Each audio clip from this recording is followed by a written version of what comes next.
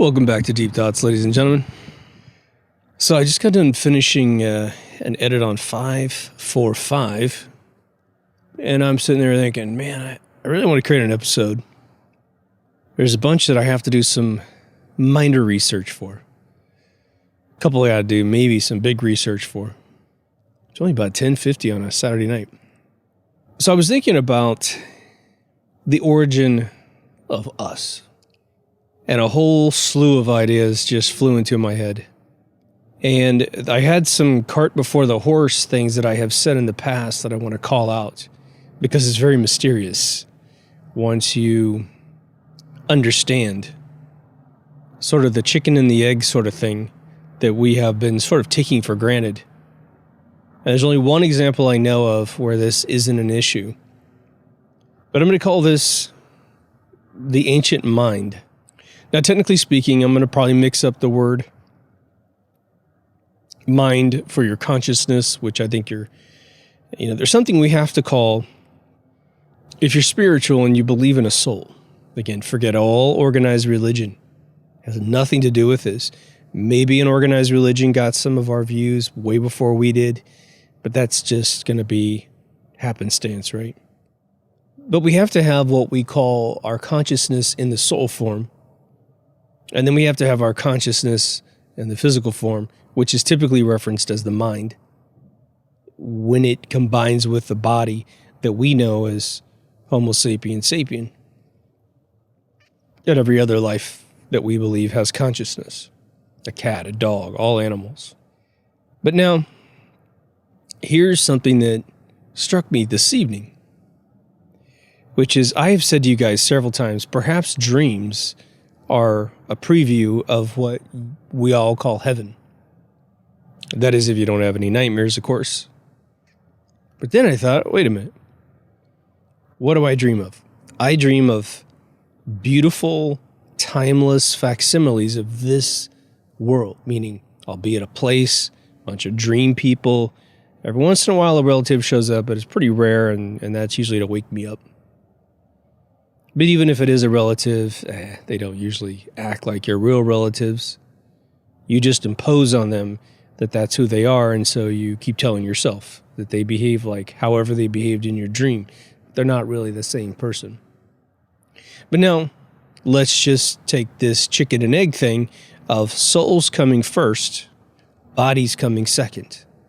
That perhaps souls, as I have mentioned in my Origin of Man episode many, many moons ago, that we were all soul beings first, however that occurred.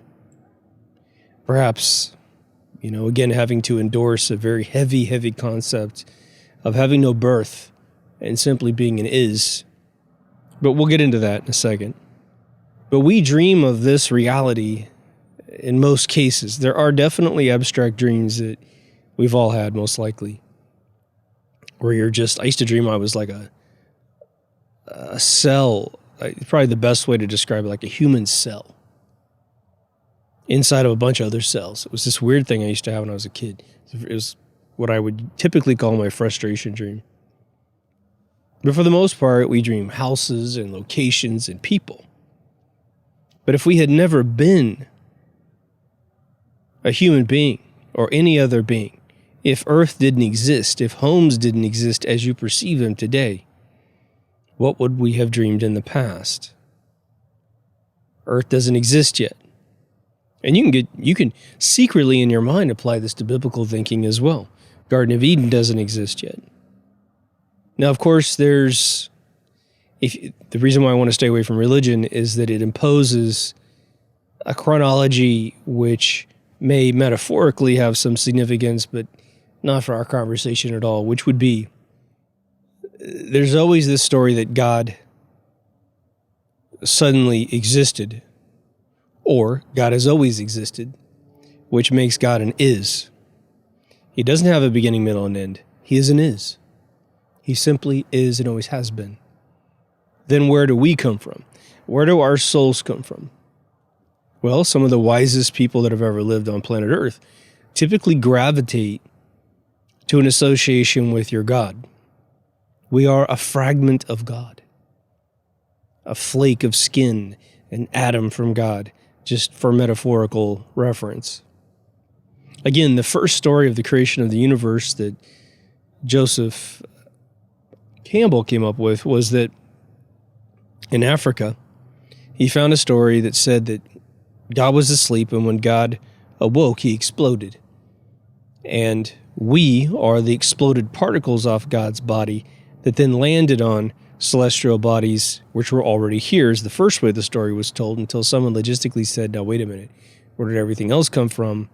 And so they retold the story with an upgrade that said that the planets, stars, and moons also came from God's body. Whatever. They're just trying to explain something that they don't understand.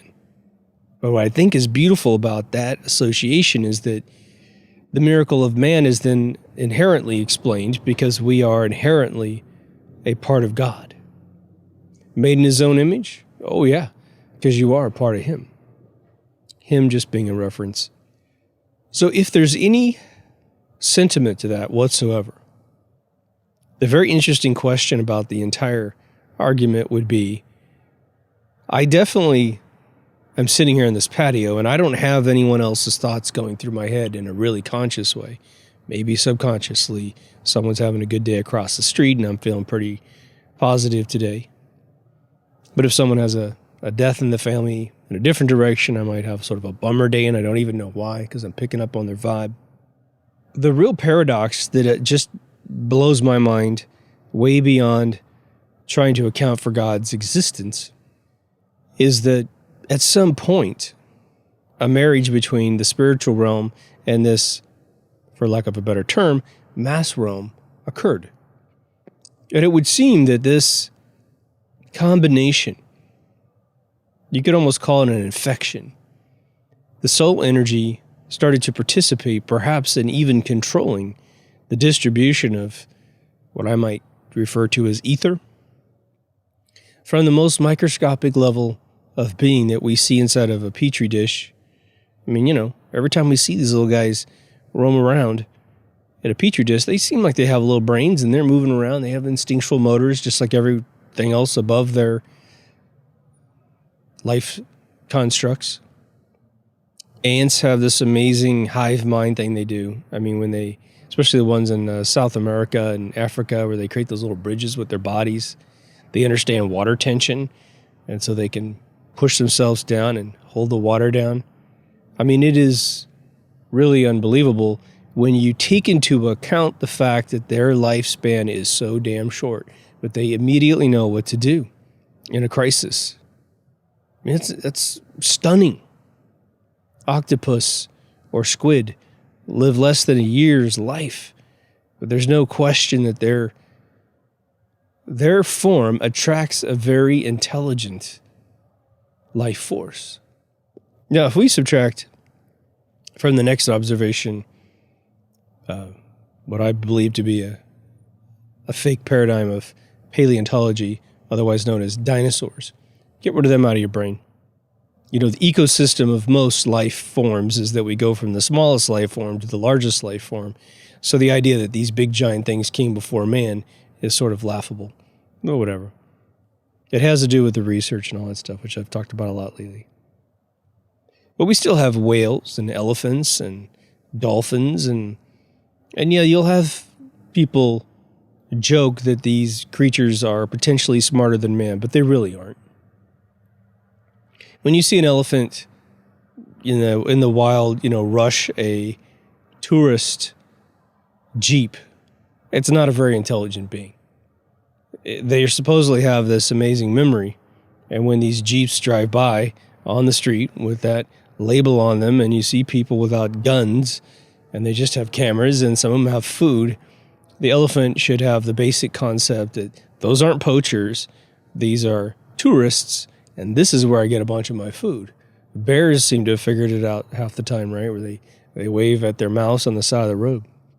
The reason why I bring them up, and all beings that are typically bigger than man in terms of cranial space, is that you would think that a larger creature, having pretty much the same amount of time on Earth that we have been on Earth, would at least possess an equal level of capability that we have.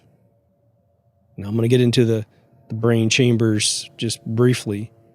But a gorilla, an orangutan, yes, they know a little bit of sign language here and there, but come on, where's their written language? Where are their cities and their machines? Where's their science? Where's their culture? Where's their poetry? It doesn't exist. Now, we have different chambers of the brain that account for in my opinion, the permeability of the soul into this particular design. And human beings are second to none on this planet. However we are genetically configured, the brain offers a perfect computer for the operating system that is the soul. A dolphin has more cerebellum space, which is the muscle memory to swim.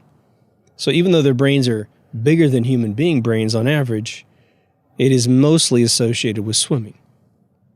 I'm assuming that most creatures have that same distribution. But why? I think they have a soul. I do think they have some consciousness in them. They cry, they laugh, they play. Why wouldn't they, over the course of the same however many millions of years we've been here, have the same or similar capability? And or why wouldn't they be able to do monkey see, monkey do and copy us? And yes, I've seen elephants paint pictures on canvas and a lot of animals doing very intelligent things. Obviously, dolphins do a bunch of swimming. According to Douglas Adams, they were the second smartest being on planet Earth, the mice being the number one.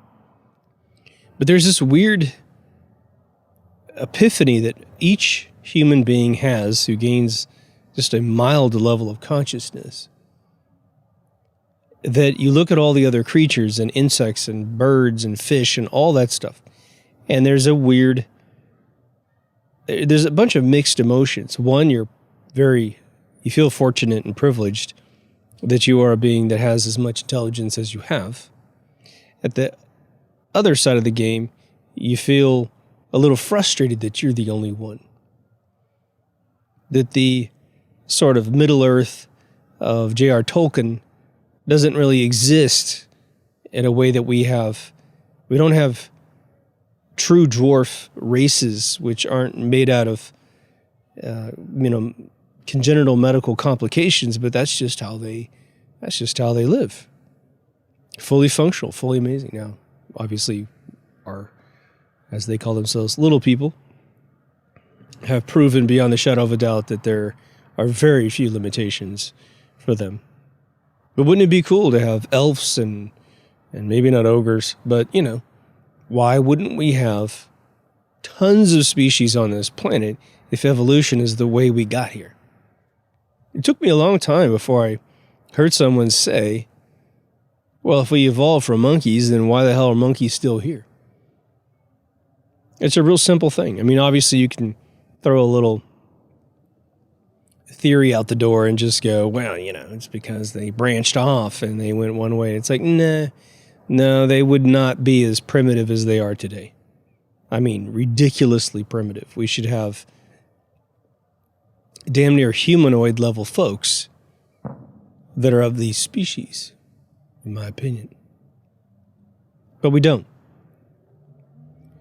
A gorilla being able to do sign language, well, a dog can also go bite his bowl and bring it to you and say, I'm hungry.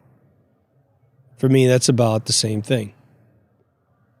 I think what's interesting about staring at a gorilla, especially, as opposed to an orangutan or a chimpanzee, is that gorillas can really give you an amazing approximation of a human face, which makes us go, whoa, man, it's like my Uncle Larry, whatever it is, it's like there's something about how they might make expressions that really start to mix up the bag.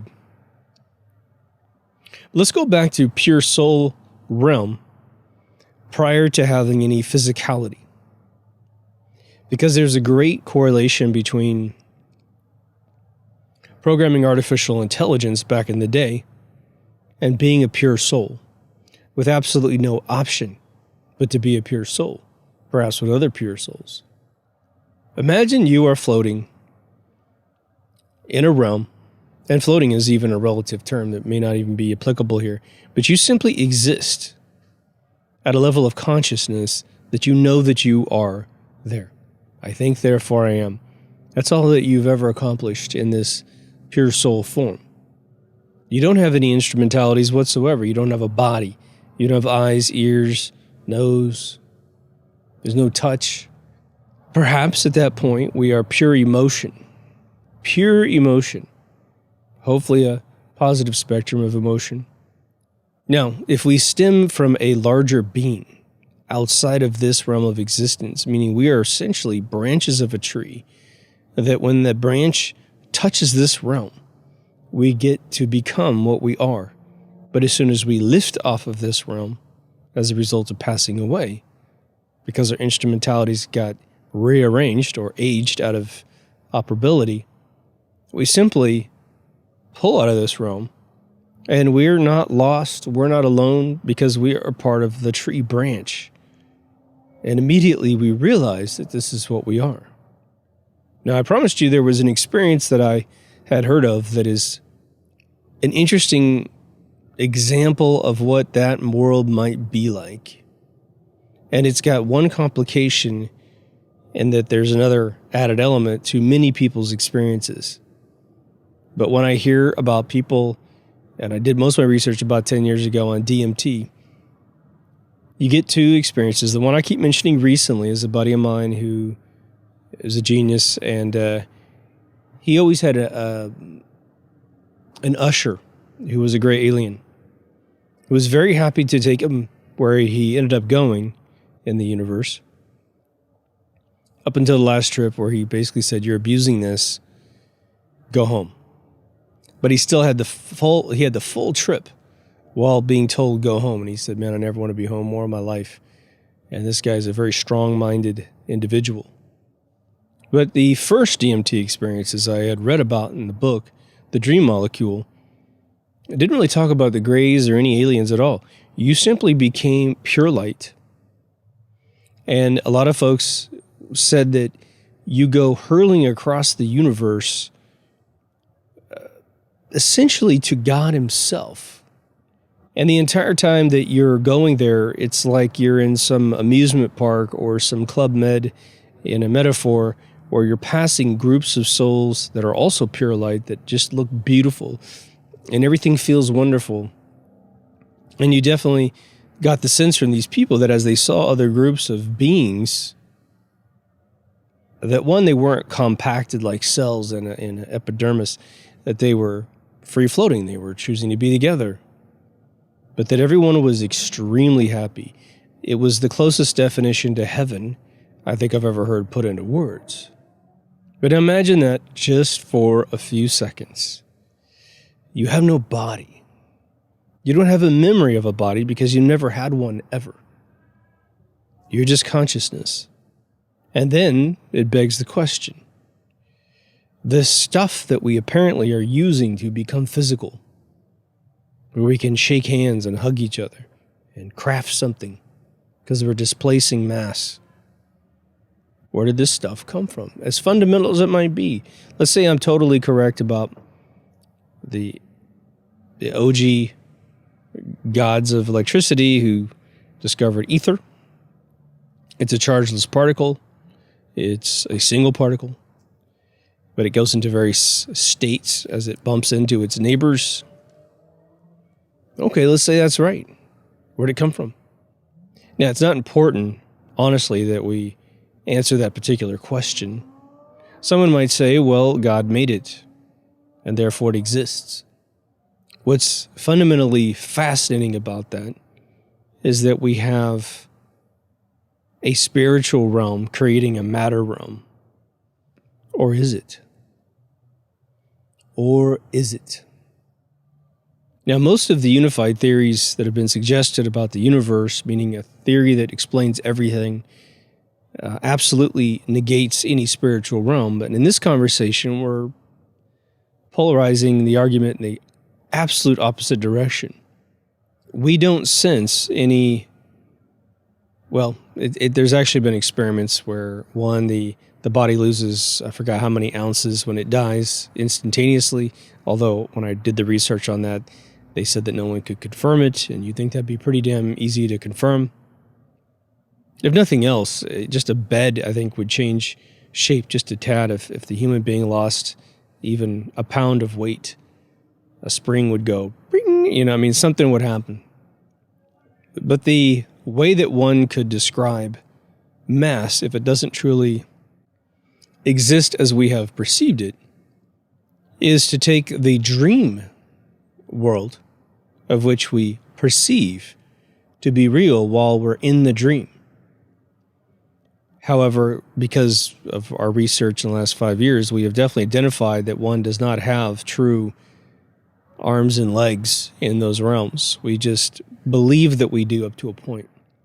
It's funny, a friend of mine just told me, it was really funny. I told you that I figured out I didn't have arms and legs for real when I tried to transcribe a phone number during a dream, and my hands were like spaghetti. And my friend, she was saying recently she had the same exact experience. She was trying to write something down or trying to do something with her hands, and they just wouldn't work right. But she kind of went on past that point, and I said, now, wait a minute. It's because you don't actually have those things when you're in a dream. Oh, okay, So there's definitely a difference, we know, about being geniuses, that there's a tangibility difference. You don't really, in my opinion, have much in the way of touch in a dream. And if you have, I think it might be a muscle spasm on the outside world, which might be triggered by the dream to give you that emotion, or give you that sense of touch. Or, like I've experienced a couple times, I've had a cold room and I felt a zombie, almost a comical zombie, come down and kind of breathe on my neck. And he wasn't going to bite me because I wasn't going to let him. But the real reason I was feeling his cold breath on my neck was that I had the covers off and it was very, very cold in my room. But now what if the whole thing about being real, quote unquote, is simply a state of mind that we have all put ourselves into? And as I've suggested several times, this consensus reality theory is that we get enough of us together in a pocket of the world, or pocket of the universe, I should say, and we just agree on something. We just agree in order to create some sort of substrate to survive infinity. Because forever is a long time. I once had a thought several years ago that there were a group of souls, to call them that were acting as the medium, and then a group of souls that actually are in the medium. And what do I mean? How many times have you seen someone stage dive and get caught properly? And then they get carried around, especially lead singers, and they get carried around by hands all around the pit area while they're still singing on the mic. And then they get pushed back up on stage. And of course, every kid who ever sees that wants to become a rock star just so they can do it. Some people have experimented with jumping off the stage and had varying levels of success with that.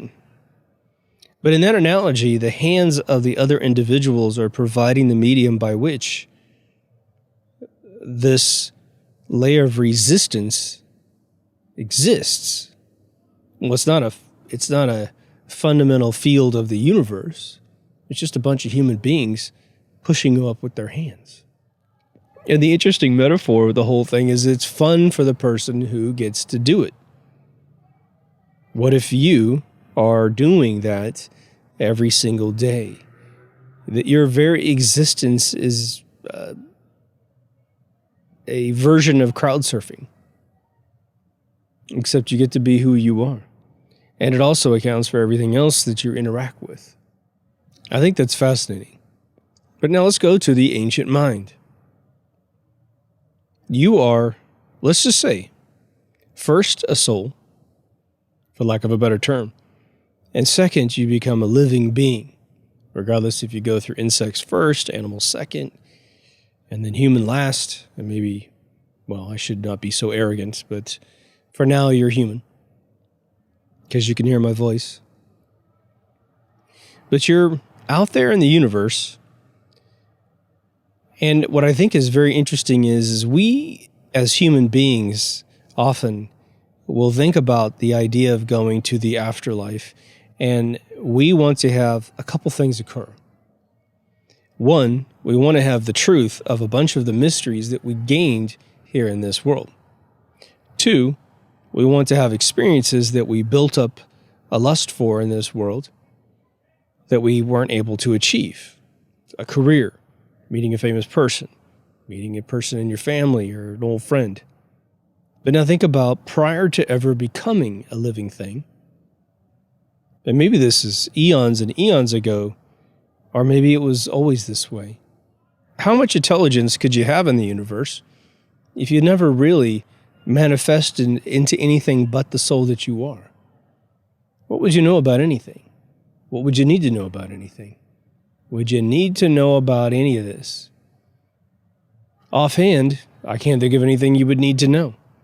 All that would need to be known is who you are with, because where you are is sort of moot, isn't it? Who cares? Just like I said in one of my previous episodes, Soul Time, you don't have any worries about time. Time's not something that constrains you in the least. You could live as long as you want, and so will all of your friends and family.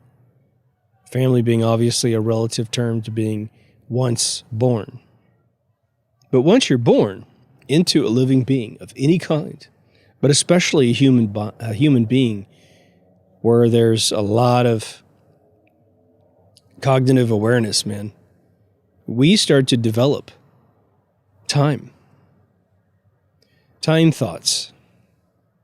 I'm not sure that there's any being I can name that actually conceives of time, even though we can see the history of their growth, meaning a puppy dog, a butterfly, an ant, or a great white whale or a great white shark or something, right?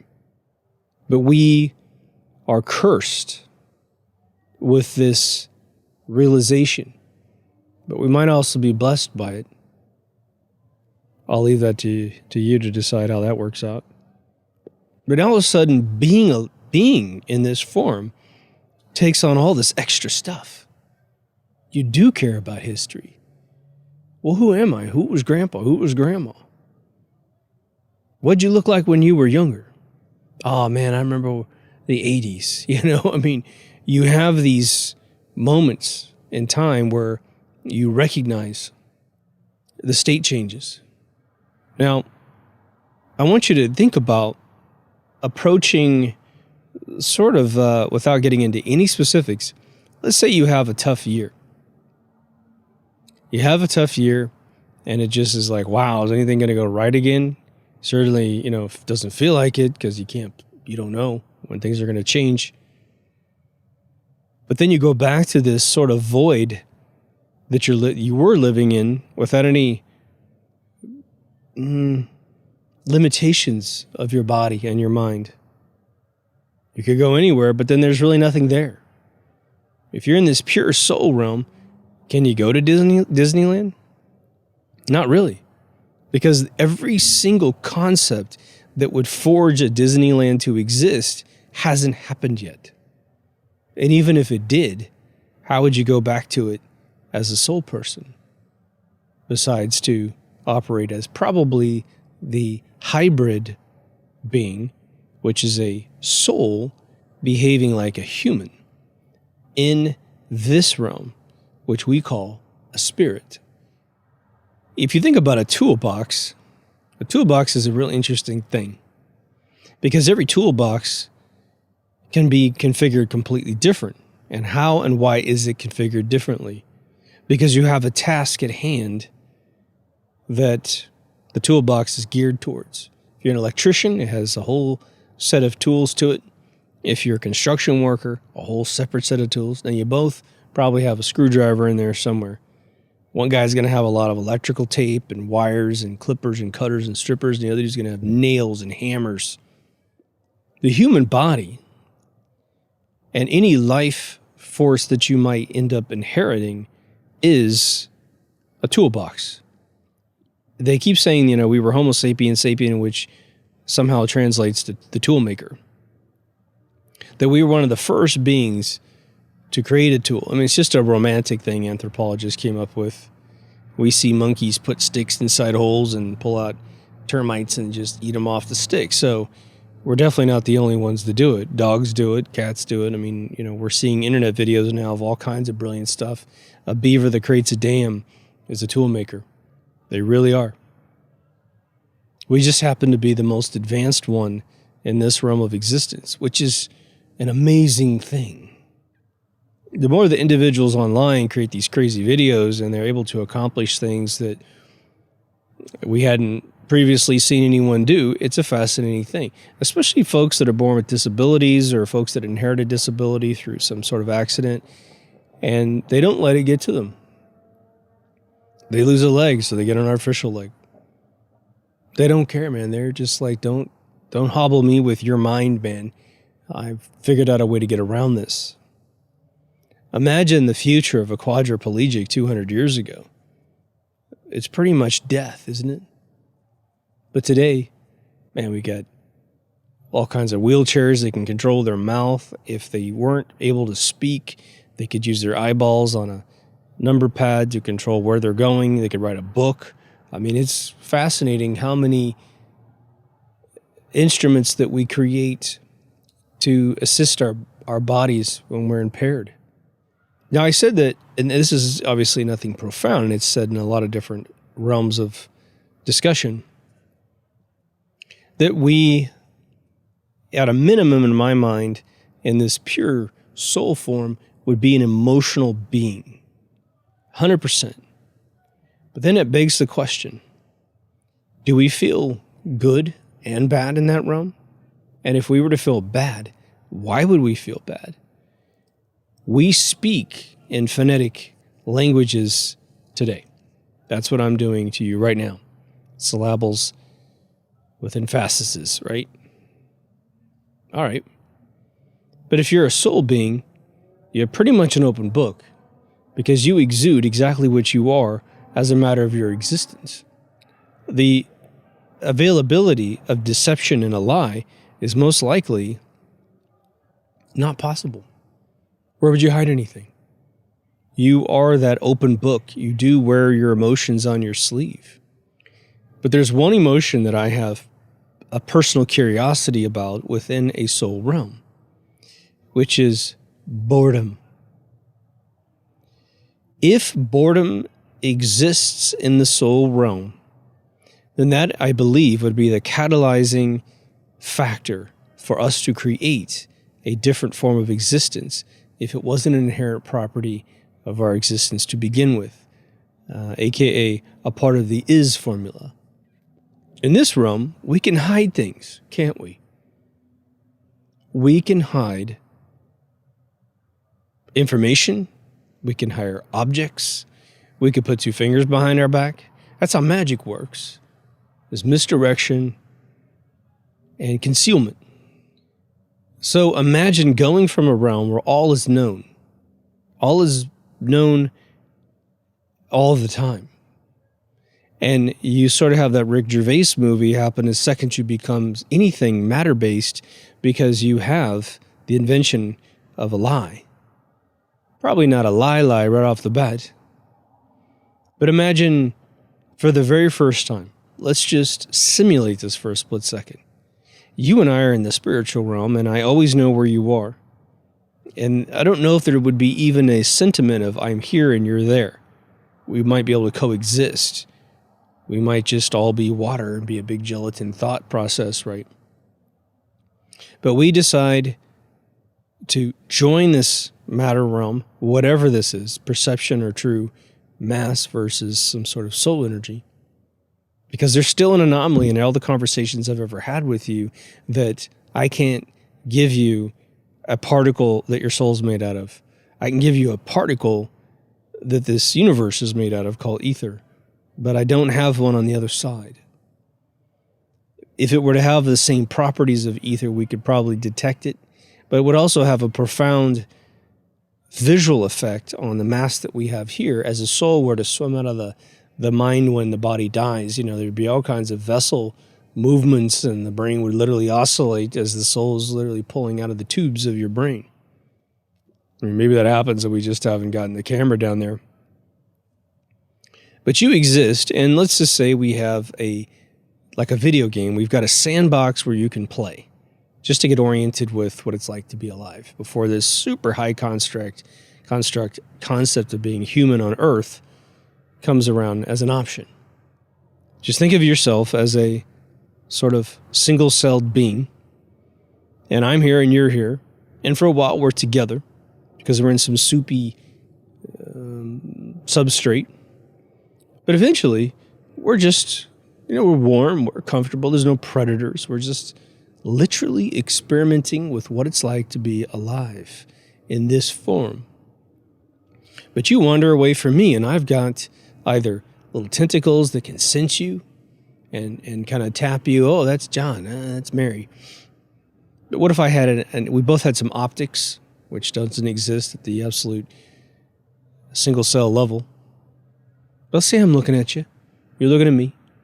Maybe there is a third eye still, no matter how basic the life force is, there's a third eye that senses you. But you swim far away from me. We're in this pond. And you swim far away, and I can't see you for a little while. And for the first time in my existence, there's a mystery. I don't even know if we would have a word for it or a way to process it. Over time, because infinity tends to resolve all issues, you swim back to me, or I swim to you. I'm like, oh, there you are. That was weird. And you say, what? And I say, I lost track of you. What do you mean? Yeah, I lost track of you too. Wasn't that strange? We've been together our whole existence in this other realm. And the second we transposed into the physical realm, I lost you. But then I found you. Now let's just continue going down this realm as a matter of a thought experiment. We exhaust every single option of this video game that we initially jumped into, which is this weird single cell being that swims in this warm primordial goo. We both decide, well, that was a lot of fun, but I kind of did everything that could be done in that realm. Yeah, me too. Let's hop out. Computer, Arch, we hop out. Now we're back in our spiritual realm. Oh, gosh, it feels so good. There's mom, there's dad, there's whatever, my friends and family, there's God. Well, what would we do? We'd write another level to the video game, wouldn't we?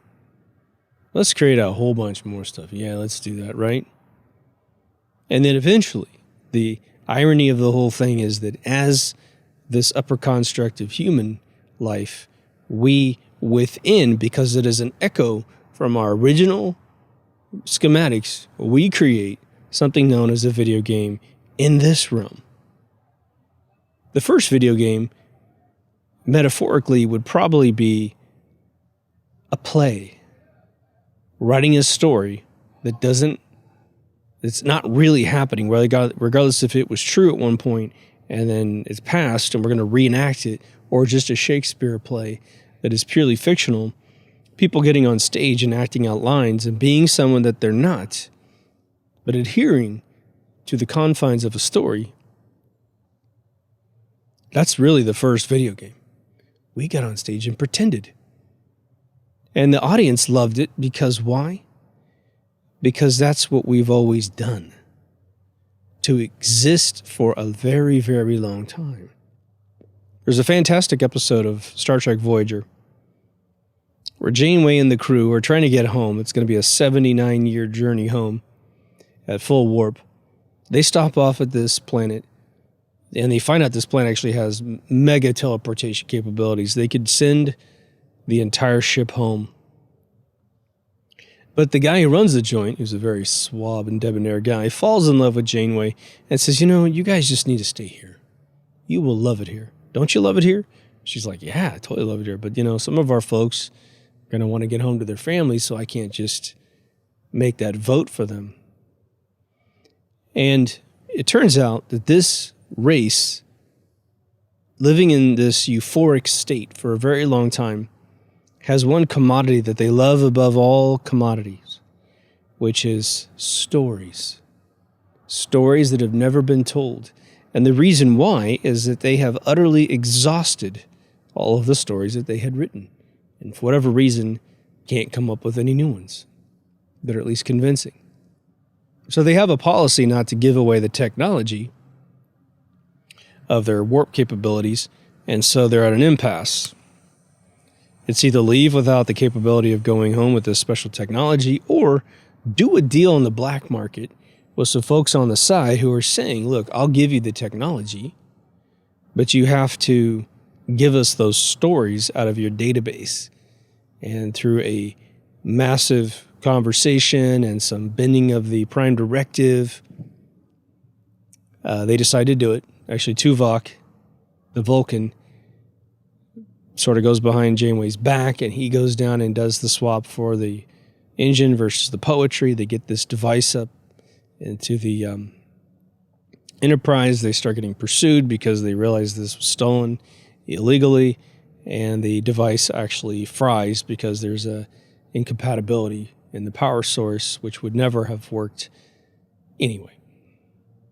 That's a very interesting storyline, that this civilization wanted new stories more than anything else. It sort of goes back to my other episode, Soul Time, where I said, look, man, there obviously are some rules here. And maybe they're, it's one of these things of, are they rules, or are they just perceivable restrictions as opposed to real restrictions? Like, we have romantic stories from the Bible and other biblical type books where God can do anything. God can make anything happen. But maybe within the confines of this universe, he or she can't do anything. Not without maybe sort of like the replica looking for more life at the Tyrell Corporation. And Dr. Tyrell tells Roy Batty, we tried everything, but it turns into a pathogen or a virus that kills the host. We look back at the pre-dynastic stuff, and like I said in those 2 ancient Egypt or ancient building episodes I put together for you last season, I sat there and said to you, I don't understand how a group of super intelligent human beings, regardless if you want to call them aliens from a constellation of your choice, would come down and build, one, a Stone Age society, meaning all the buildings are built out of carved stone. No matter how elaborate they are, they're not built of steel. But they built basalt boxes that are amazing, but we don't believe that those individuals actually wrote anything on the walls. That the writing that we have seen on the boxes was definitely etched recently by some definite primates. And then you have painting on the wall that has now been proven, I believe, by Brian Forrester. It's a plaster that's been applied to the wall and then painted on. Well, relief would probably be the way that would be done, because it was done at a later time in that era. But I couldn't resolve this question of, hey, man, why wouldn't they do that? Because it's hard to imagine you would have all this capability, but not some foresight to record in a history book as to who you were through paintings or etchings or reliefs. However, if we take this story that I've put together for you in this episode, and that the souls are penetrating a fresh new realm in this reality that we have now, the need for that sort of communication would almost be foreign. And the reason would be they're all telepathic. Why write anything down when we know all things? You know how I built the pyramids, right, Joe? Yeah, of course. I can see your thoughts. I can see all the history. And by the way, I was there. It would only be as we lost our third eye, through perhaps the way that the human body evolved, that direct line of communication, that ESP communication, starts to disappear. Could be an election, an elective, I guess we could say, an elective thing that we said, we're kind of cheating here, aren't we? Yeah, what do you mean? Well, dude, you can hear my thoughts, right? Yeah, okay. Well, what if you couldn't? What do you mean? We've never lived in that realm before. Well, let me show you. He reaches inside the other dude's pineal gland, goes ting, ting, ting, ting, ting. He reaches into his own. Now look at that. Oh my God, this is really weird. I can't hear your thoughts. Yeah, but don't you feel like you kind of now, like, just spend a day. We'll talk in a day, right? And you come back in a day and it's like, what'd you do? I don't know. What'd you do? I don't have to tell you. You know, you don't know everything about me anymore. I get a little bit of privacy. Isn't that kind of fun to have privacy if we were in a realm where all is known? I have personally no opinion. I bet you wouldn't have much of an opinion either because we've never lived in the other realm before. I think one of the misnomers that science fiction in Star Trek is a really good one. The empath from Next Generation. There's several episodes where these empaths that can hear other people's thoughts get to an extended interaction where they hear too many thoughts and they go nuts. They hold their head. Oh my God, I can't hear. And I think that only occurs when you're not a Borg, which is definitely a dirty word in Star Trek. But if we apply the Borg hive mind mechanism to our previous existence, it's a very positive, non-competitive. There are no other species but us. And we all sort of sing a song together. And it's a good song. And we're all okay with it. Once you cut everything off and make everyone go their own way, and then you give one person the capability of hearing all those thoughts, then you're going to drive one person nuts. But those ants that are working as one amoeba in the jungle, it's just blatant to me that that's one consciousness. The brood is a conscious sort of fourth dimension thing. It exists in all time around them.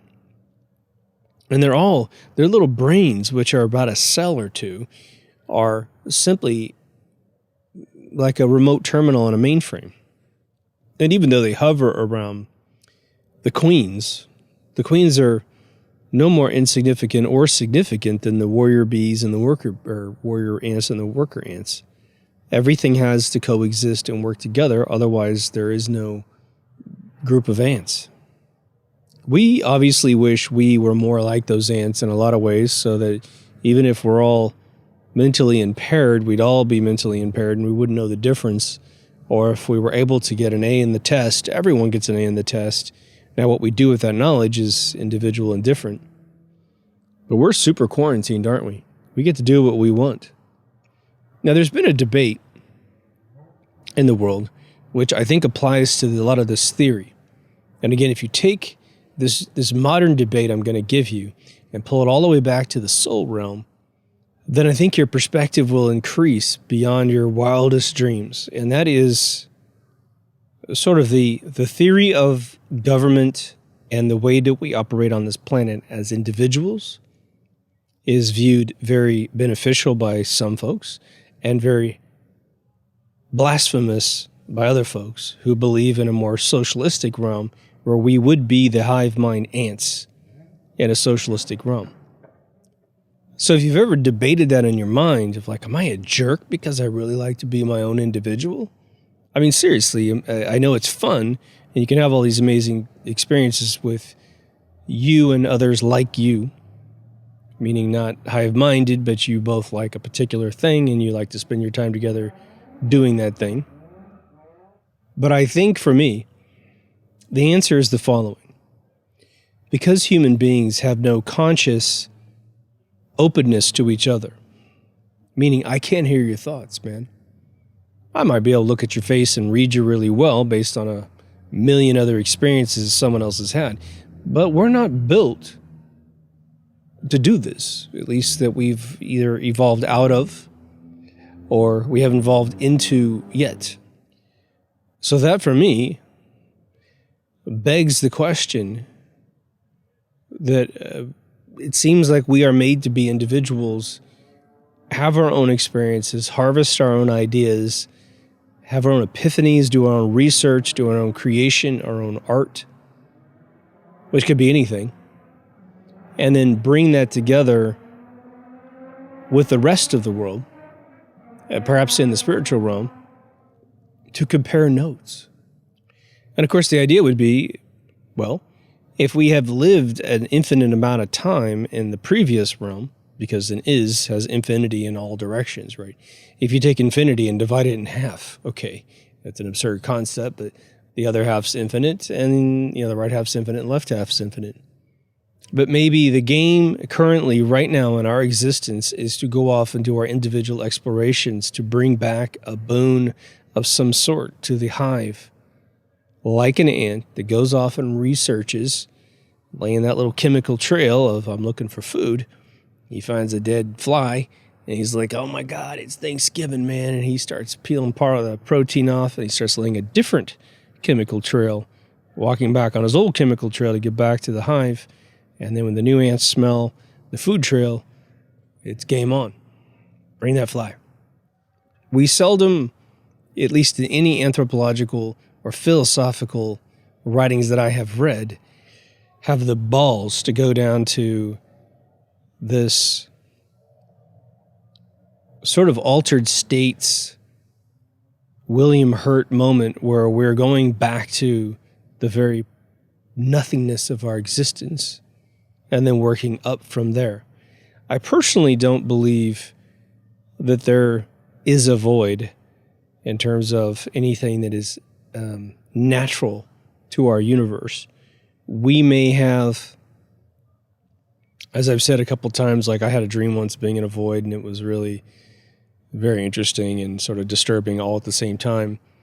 If we have any sort of penalty box for certain bad behaviors, which I'm not convinced we do, I vacillate day to day on such a thing, but it would be something that we might do where we put you in a place to think about who you are and what you've done, and we simply turn our backs on you for obviously a finite amount of time, just so that you can reprioritize your narcissism, your greed, because those are issues that simply cannot really exist in the spiritual realm, where all things are even and all things are known. I think it's interesting that most life force, as far as I know, and there's probably a few exceptions, but like a single cell being procreating might instantaneously create a full conscious copy of itself. But in most higher constructs of life, there's an incubation period where we're either in an egg or a womb shaped like an egg, and it gives us time to gestate into the new life force. 9 months on average for a baby is very interesting in a human form, because it would give us the realm of give us the ability to let go of our purely soul realm and to start getting used to being in a physical realm. Not only the physical realm, which would be our growing fetus, which would be us, but to get used to being in a liquid container, and eventually you would be bumping into your mother's womb the entire time, getting you used to being coddled almost. It's no mystery that, we, after birth, we enjoy any simulation of the womb for a little while. We like being held. We like, what do they know? They wrap babies up in little cocoons now in the maternity wards, which gives them that little feeling of being still in the womb. I'm sure it's still a gigantic shock to come out of a warm liquid that's probably more black than anything, and then all of a sudden you're using your eyeballs for the first time trying to make sense of the information. Thank God for genetics and the whole process of what we have organized as mass becomes a crystalline structure that is then handed to our babies through just an egg and some sperm. It's an amazing thing. It's an absolutely phenomenally amazing thing. What we're always asking today in the modern age is because the body will obviously take on attributes of the family, and it's not proportional, right? Some parents don't share any DNA with their spouse, at least on the visual, cosmetic level on the outside. But there's preferences for things. You'll end up acting like your mother or your father or your grandmothers or grandfathers. Somehow there's something that is very unique to those individuals, and you'll have it. You'll talk a certain way. You'll laugh a certain way. Families that are very musical tend to produce more musical kids. Artistic kids. Scientific kids. The more your family gets educated prior to procreating, that DNA goes into your child. You gift them with your hard work. And I think it's fascinating because there's really no way to conclusively determine what I'm about to say. But imagine you have children early in life. You and your spouse are 18 years old, which in the modern age is very early to have children. 50 years ago, not a big deal. It was intended to be that way. But at 18, both you and your spouse, although you come from very smart families, you have a child. And then you have a child every 5 years for, say, another 20 years. So you have 4 kids. But every 5 years, you and your spouse are very aggressive with your mind, artistically, scientifically, philosophically. You're also becoming better parents. Are the children that come after, the next generation every 5 years, are they innately more intelligent than the first child that you had? And this does not bar the first child from being a very aggressive person and educating themselves. But as children, before they gain that upper mobility to do such a thing consciously, are they a smarter, say, 0 through 10 being? I think I told you guys a long time ago, one side of my family, my surname side of the family, never really said, oh, so-and-so was smart, so sure, you would be smart, even though it was sort of, everyone just sort of believed that sort of thing. But my mom's side of the family was very, very fun about, it's not a mean, serious thing, but they would say, we have artists and scientists and da-da-da-da-da in the family, so you're showing that you've got this prowess as a very young man. Of course you do, because we've got that in our family. And it was always very uplifting, fun statements. It wasn't anything super serious. No one sat me down and going, okay, kid, this is what's going to happen to you. They just said that. So here's what I don't know. Were they telling lies? Absolutely not. They're telling the truth.